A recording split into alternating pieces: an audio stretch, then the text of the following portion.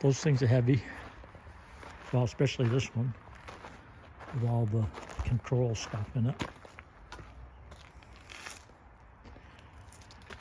But anyway, yeah, so got that set. Now I think that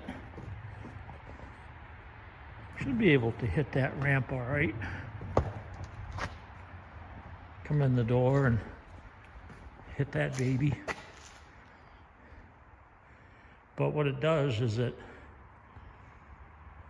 opened up a lot more space over on this side.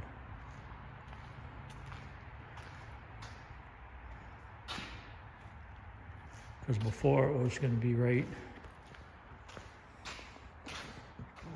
way over in here, so we gained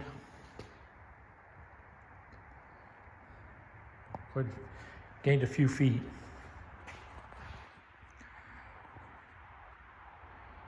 So that'll be better. I'm hoping. It's got to measure it up again. Measure for the umpteen millionth time.